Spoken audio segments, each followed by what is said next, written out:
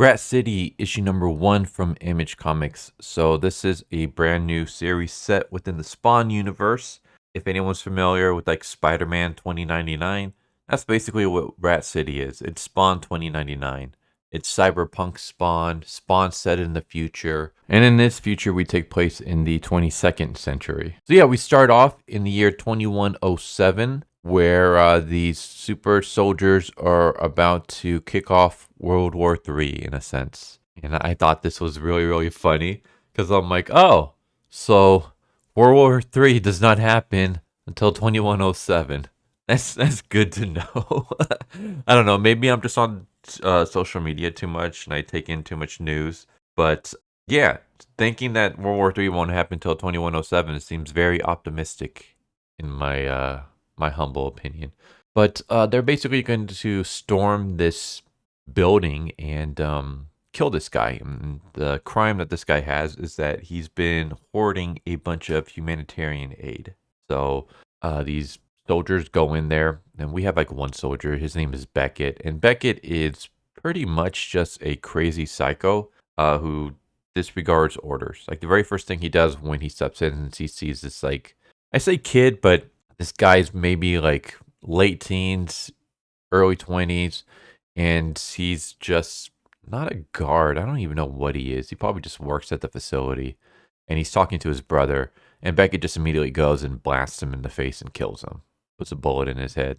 And yeah, Beckett just keeps ignoring orders. I'm gonna skip a bunch of stuff. Basically, they just go in, they find the guy, they kill him, they make their escape, and as they're escaping, they get shot with a laser that blows up their trucks, and it kills all of them except for 2 people. It doesn't kill our main character, whose name is Reese, and it doesn't kill Reese's friend. Instead, it basically just burns off their arms, their legs. Like Reese loses his legs while his friend loses his arms. And that's when they wake up 6 months later back in New York City, where Reese is with a bunch of other soldiers who have lost limbs.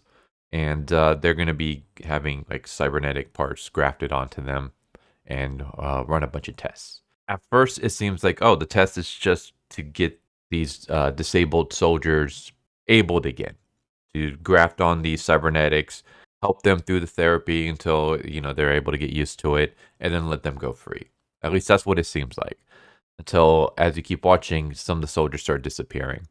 Like they get taken in to do interviews, and then they never show up again. And Reese is obviously like, what's going on?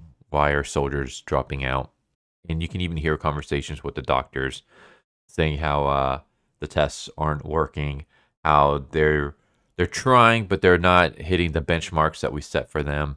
So eventually Reese gets dropped, so they're no longer going to continue his treatment, but he is going to keep his prosthetics. So I was like, well, at least that's nice of them. I was thinking like cyberpunk world, everything is kind of crappy.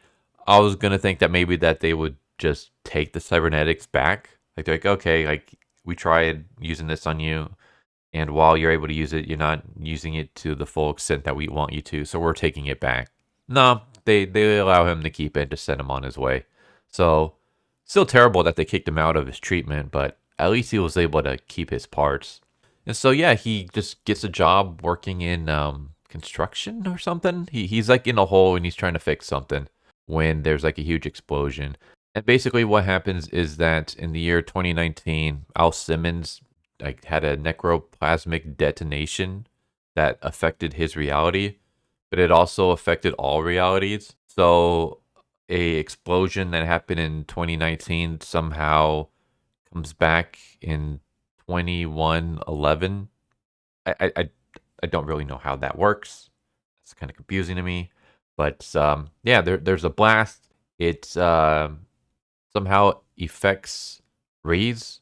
It's kind of weird. So there's like an electric blast of necroplasm, and it has a huge impact on the city. And yet somehow Reese is the one that gets like electrocuted or something, and we see him with glowing green eyes. So we're like, okay, so he has some of the spawn abilities. He's now going to be a Hellspawn. We don't like see him transform into Hellspawn in this issue, but judging by the fact he's the main character, judging by the fact that, we have a Hellspawn on the cover, the fact that he has green eyes, you kind of can put two and two together and get the impression that Reese is going to become the Spawn of 2111. How exactly it chose him, I don't know. Because like I said, it's like a huge explosion in New York City. The explosion's within like multiple blocks. So how it just chooses this one guy who only his head is poking out of this hole, I don't know. But yeah, somehow it gives him the powers. And because of the explosion, everyone goes crazy and starts rioting and looting. We even get a moment where they like stop Reese, who's just trying to get home because they think he's gonna like try to steal their stuff. He's like, dude, I don't care. Like, steal everything that you want. I'm just trying to get home. But they stop him anyway. So Reese starts being really aggressive and he like starts attacking them. And so as he's doing that, like, he has the green eyes and things like that. And also he's just kind of like freaking out because he's like, why did I just get so aggressive right then and there? And yeah, it's just, again, we don't see him using any Hellspawn abilities. We don't see him transform. We just kind of see the signs that are there. And I'm gonna stop the issue breakdown here. I will say that this was it was interesting. I liked it. Artwork's pretty decent. Actually, the artwork is actually pretty good. I said decent because I'm like comparing it to other Spawn stuff, and say what you want about Spawn, but the Spawn series tends to have like amazing, almost god tier artwork. I would say that this is actually really good. The story's also like really cohesive. Yeah, I have like questions like why did it choose Reese and stuff like that, but I'm okay not having that answer right now because I figure eventually as he's discovering that he has these powers, he's going to get more answers. Plus, there's a moment that I didn't talk about that I'm not going to spoil that kind of leads to the fact that there's this huge conspiracy and that Reese and his buddy might be involved in that conspiracy in some way. So I'm assuming like that's going to help explain more about how he got the powers. So like I'm okay like not having everything answered to me. But yeah, like it's kind of funny because Todd McFarlane, even though he's like the creator of Spawn, whenever he's involved in the writing, Spawn just kind of becomes a convoluted mess. But then when he's not involved in the writing at all, Spawn makes more sense.